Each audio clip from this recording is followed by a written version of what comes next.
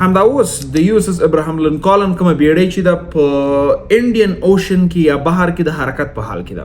دا بیړۍ شاوخوا 4500 کسان په ځان کې ځایوي یا پکې ژوند کوي. دا د امریکا د ډیرو وړو ښارونو نه هم ډیر خلک دي. دوی له وچې څخه تر 100 میلو لرې دي.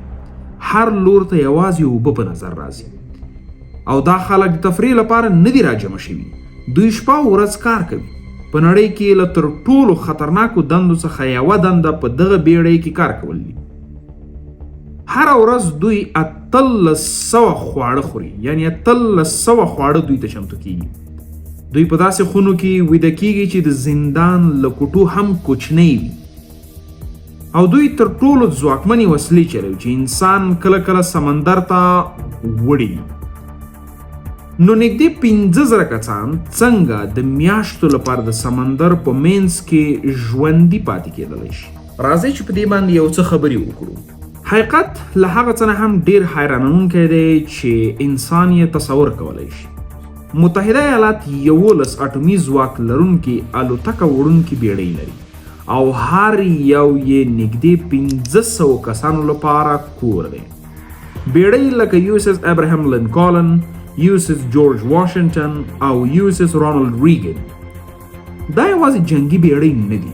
دا پر اوبو روان ښارونه دي او د انجینرۍ شاهکارونه په نظر کې راځي. هره بیړۍ له 14 میلیارډ ډالرو څخه زیاته بیه لري او نږدې 10 کاله وخت نیسي تر څو جوړه شي. پایله یې داسې بیړۍ ده چې کولی شي د میاشتو لپاره د ځمکې په هر ګوټ کې په خپل سر فعالیت وکړي. خواړه یو نه درېدونکی سیستم دی په دغه بیړۍ کې.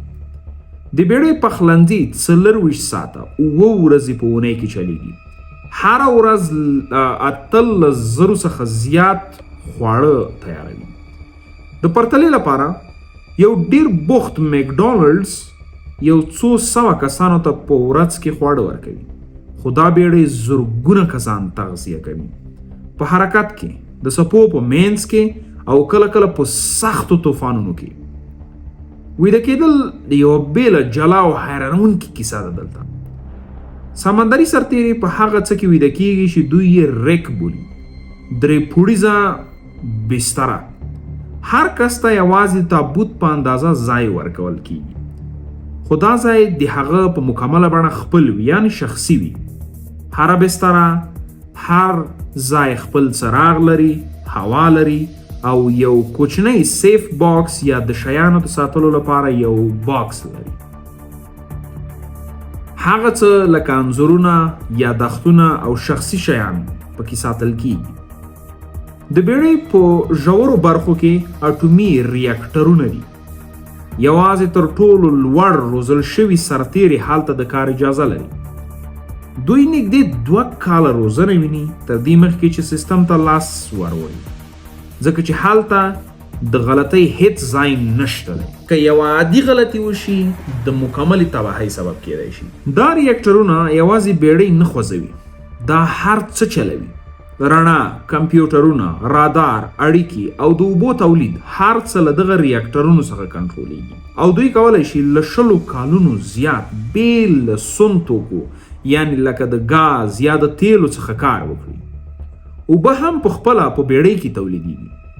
د اټومي ځواک لرونکي مالګینو اوبو تصفیې لپاره هره ورځ دوی ځانګړي ماشینونه لري او هره ورځ له 4,00,000 ګیلنه زیاتې تازه اوبه تولیدوي.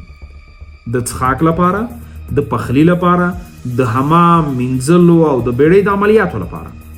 د سمندر په مینځ کې دا بیړۍ خپل ځواک جوړوي، خپله اوبه جوړوي، خپله یو ښار دی. دا یوازې د جګړې ماشین نه دی، دا یو په ځان بسیا نړۍ ده چې په چوپتیا سره د سمندر په مینځ کې په پوره قدرت سره حرکت کوي.